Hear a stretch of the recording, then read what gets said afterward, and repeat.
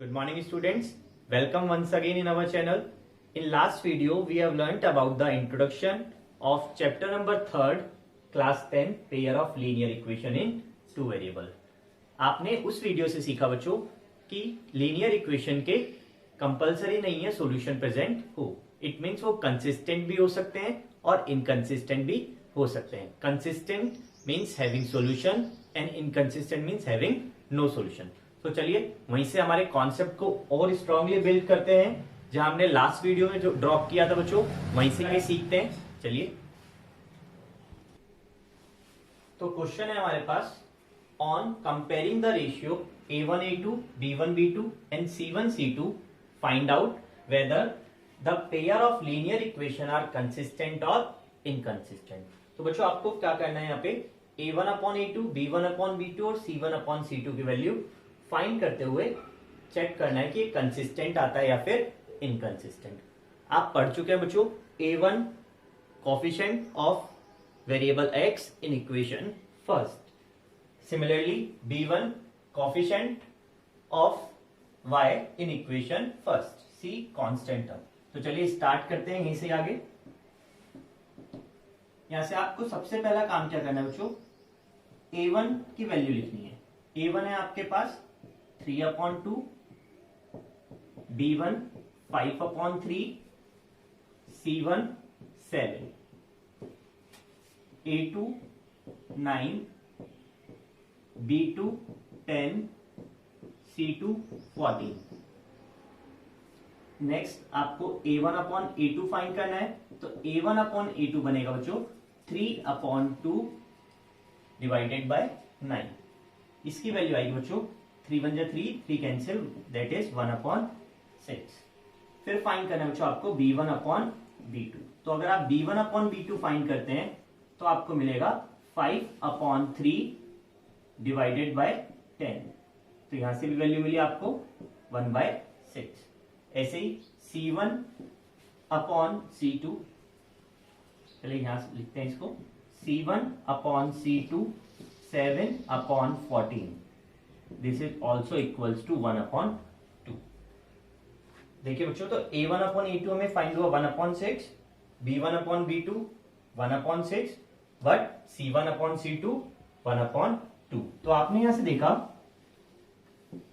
a1 upon a2 equal आया है b1 upon c2 पे, बट c1 अपॉन c2 पे इक्वल नहीं आया. तो बच्चों याद करिए किसकी कंडीशन थी when a1 upon a2 is equals to b1 upon b2 but not equals to c1 upon c2. It is a solution, it is a condition for no solution. किसकी कंडीशन हो चाहिए नो सॉल्यूशन की. So it is inconsistent. और अगर हम इसको graph पे बनाते तो बच्चों हमारे को कैसी लाइन रिप्रेजेंट होती है यहां से पैरेलल लाइन रिप्रेजेंट होती. तो बच्चों इस तरीके से हमने ये क्वेश्चन करना सीखा. क्लियर. देखिए यहां से आपके मन में बच्चों डाउट हो सकता है a1 upon a2 3 upon 2, a2 9. अगर आपको यहां डाउट हो तो बच्चों आप इसको ऐसे कर सकते हैं a1 अपॉन a2 फाइंड करना है, यानी हमें 3 अपॉन 2 में डिवाइड करना है किसका 9 का. तो आप पेन से इसको इस तरीके से लिख लीजिए बच्चों 3 अपॉन 2 डिवाइडेड बाय 9.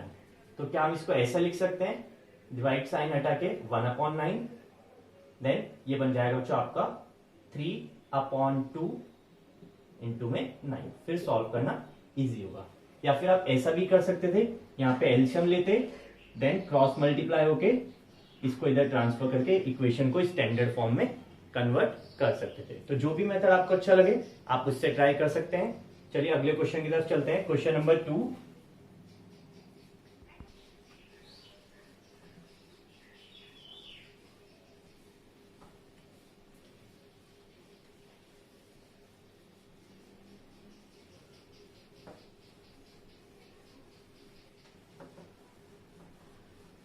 चलिए अगले क्वेश्चन की तरफ. क्वेश्चन नंबर 2 जो इसी पे बेस्ड है बच्चों, इन्हीं कॉन्सेप्ट पे बेस्ड है. सीखते हैं. क्वेश्चन नंबर 2 है फाइंड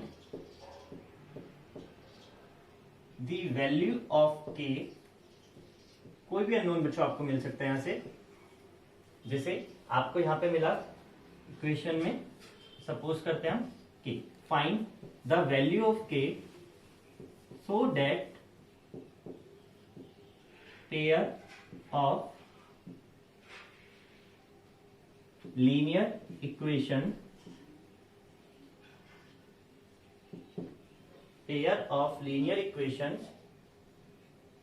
has no solution. आपको यहाँ 2 इक्वेशंस गिवन है। फर्स्ट इक्वेशन है 3x minus y minus 5 is equals to 0। ऐसे ही एक और इक्वेशन है बच्चों, minus 2y plus 6x plus k is equals to 0।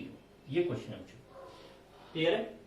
आपसे पूछा है find the value of k, आपको इन इक्वेशन से k की ऐसी वैल्यू बतानी है for which the pair of linear equation have no solution, जिसके लिए इस इक्वेशन के कितने सॉल्यूशन बने, कोई भी सॉल्यूशन नहीं बने। तो चलिए स्टार्ट करते हैं। आपको सबसे पहले पता होना चाहिए बच्चों तीनों conditions,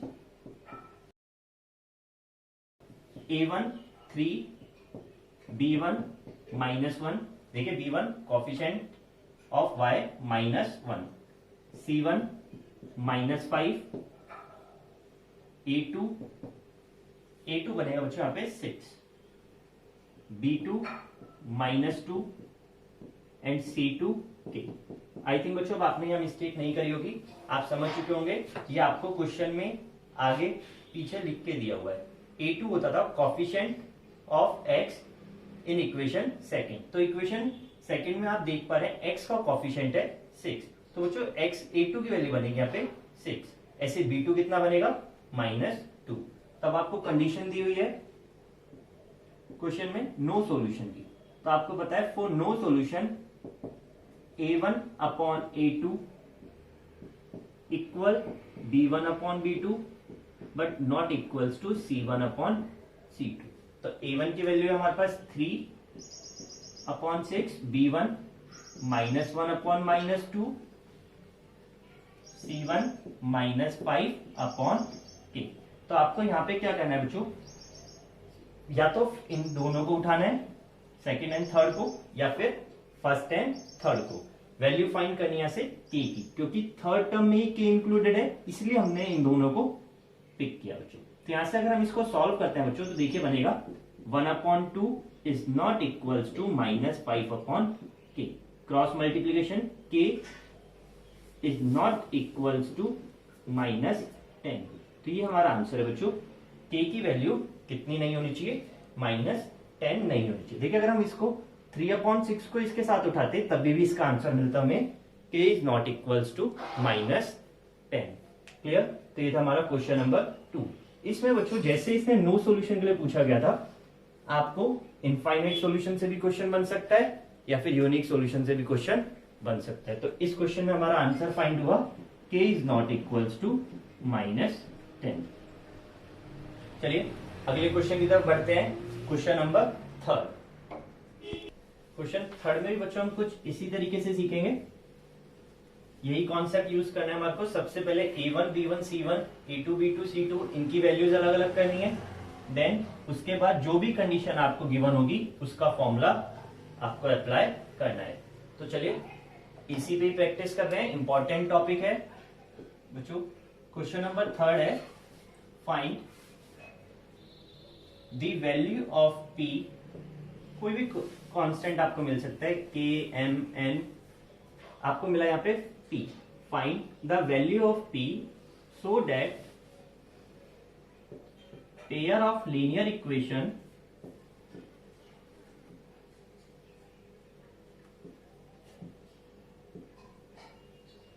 has infinite number of solution. तो अब क्या बच्चों, हम इनफाइनाइट नंबर ऑफ सॉल्यूशन पे कर रहे हैं question. Has infinite number of solutions. तो इनफाइनाइट नंबर ऑफ सॉल्यूशन की आपको कंडीशन याद होगी, ऑल इक्वल होने चाहिए, तीनों कोएफिशिएंट्स हमारे इक्वल होने चाहिए। इक्वेशन है हमारे पास p - 3x plus 3y is equals to p। ऐसे ही सेकेंड इक्वेशन है px plus py is equals to 12। चलिए इसको लेकर सॉल्व करते हैं। सॉल्यूशन में सबसे पहला काम बच्चों, आपको a1 b1 c1 इनकी वैल्यू अलग अलग करनी है। तो देखिए हेयर a1 है हमारे पास p minus 3 coefficient of x in equation 1, a2 that is p, b1 3, b2 p, c1 p and c2 12। तो इनको लेके सॉल्व करते हैं। हमें लिखनी है कंडीशन इनफाइनाइट सॉल्यूशन के लिए। For infinite solution a1 upon a2 should be equals to b1 upon b2 and c1 upon c2. So a1 upon a2 that is p minus 3 upon p, b1 3 upon p, c1 upon c2 p upon 12। तो देखिए इनको किस तरीके से आगे हमें solve करना है। यहाँ पे बच्चों ये तीनों इक्वल दे रखे हैं आपको, तीनों इक्वल है तो आप इनमें से किसी भी टू को सॉल्व कर सकते हैं। चाहे फर्स्ट और सेकंड को एक साथ सॉल्व करिए, चाहे सेकंड और थर्ड को, या फिर फर्स्ट और थर्ड को, तो आप इनको लेके सॉल्व कर सकते हैं। चलिए हम एक बार फर्स्ट और सेकंड को लेके सॉल्व करते हैं। यहाँ पे गिवन था हमारे पास p minus 3 upon p is equal to 3 upon p। Solve करते हैं। p multiply by p that is p square, p multiply by 3 3p and this is 3। So we get p square is equals to 6p।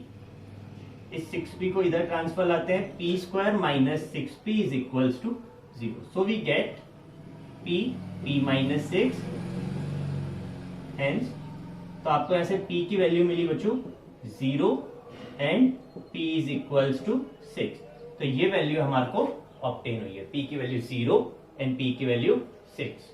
अगर हम second और third को pick करते हैं देखिए तो हमारा आंसर क्या बनता है बच्चों।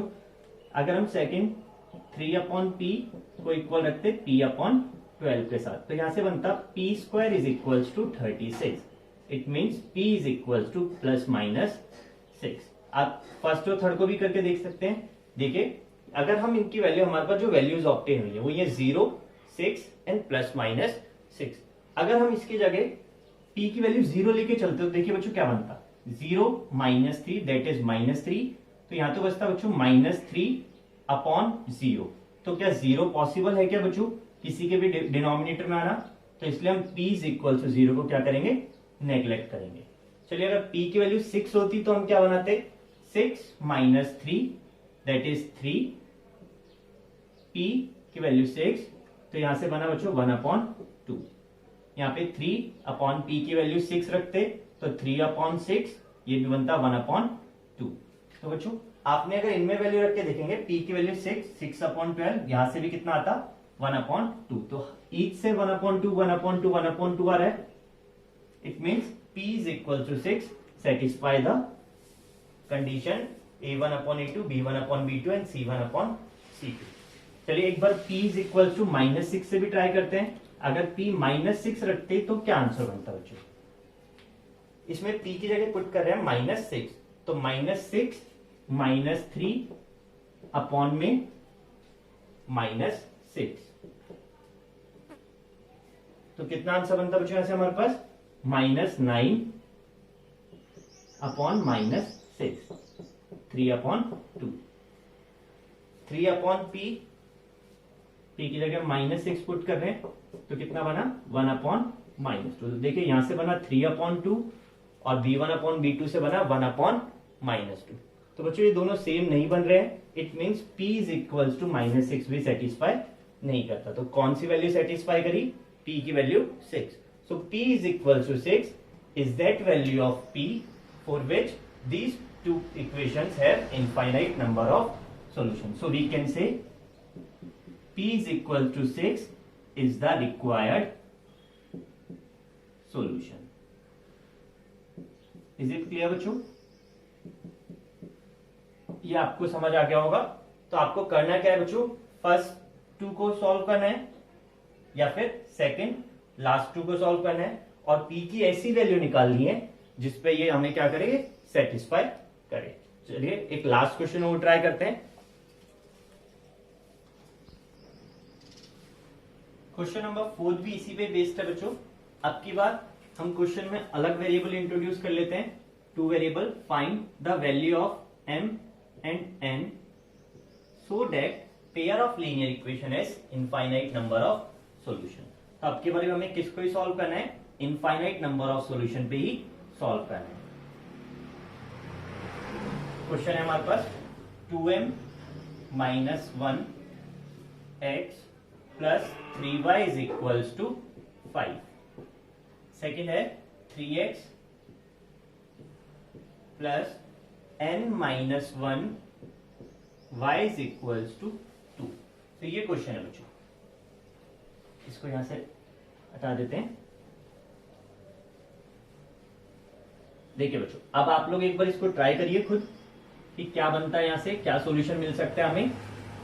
सेम वही पैटर्न फॉलो करिएगा, a1 b1 a2 b2 इनकी सबकी वैल्यू हमें फाइंड करनी है। तो देखिए a1 कितना मिला हमारे को, ऐसे 2m minus 1, a2 3, b1 3, b2 n minus 1, c1 5 and c2 2। Condition given है इनफाइनाइट नंबर ऑफ सॉल्यूशन की। तो इनफाइनाइट नंबर ऑफ सॉल्यूशन के लिए आपको ये फॉर्मूला आना चाहिए, a1 की value 2m minus 1 upon a2 की value 3, b1 3, b2 n minus 1, c1 5 and c2 2। तो ये वैल्यू आपने इसमें यहाँ पे पुट कर दी है बच्चों। अब हमें करना क्या है, देखिए चाहे आप फर्स्ट को अगर सेकंड के साथ पिक करते हैं, फर्स्ट टू को पिक करते हैं, तो बच्चों यहां से आपको एक रिलेशन मिलेगा, एक इक्वेशन बनेगी जो कि m और n में प्रेजेंट होगी। बट हमें यहाँ पे m और n की वैल्यू फाइंड करनी है, तो हम यहाँ फर्स्ट को उठाएंगे, थर्ड के साथ सॉल्व करेंगे। n की वैल्यू निकालने के लिए सेकंड को पिक करेंगे और थर्ड के साथ सॉल्व करेंगे। चलिए सॉल्व करते हैं। देखिए 2m minus 1 upon 3 is equals to 5 upon 2। तो क्रॉस मल्टीप्लीकेशन पे हमें मिलेगा 4m minus 2 is equals to 15। Minus 2 इधर भेजते हैं तो m की वैल्यू ऑब्टेन होगी हमें 17 अपॉन 4। तो इस तरीके से बच्चों ये हमें m की वैल्यू फाइंड हुई। n की वैल्यू निकालने के लिए लास्ट 2 को इक्वल रखते हैं, 3 upon n minus 1 is equals to 5 upon 2। तो सॉल्व करने पर यहाँ पे बनता है बच्चों 5n minus 5 is equal to 6, that is n is equals to 11 upon 5। तो बच्चों आपको जो फाइनल आंसर मिला है वो मिला है 11 अपॉन 5, n की वैल्यू और m की वैल्यू 17 अपॉन 4। तो ये हमारे फाइनल आंसर है। तो इस तरीके से बच्चों हम ऐसे क्वेश्चंस को सॉल्व कर सकते हैं। आप ट्राई करिएगा, कोई डाउट हो तो बच्चों कंसल्ट करेंगे। थैंक यू क्लास, आज के लिए इतना ही, आगे सीखेंगे अगले वीडियो में।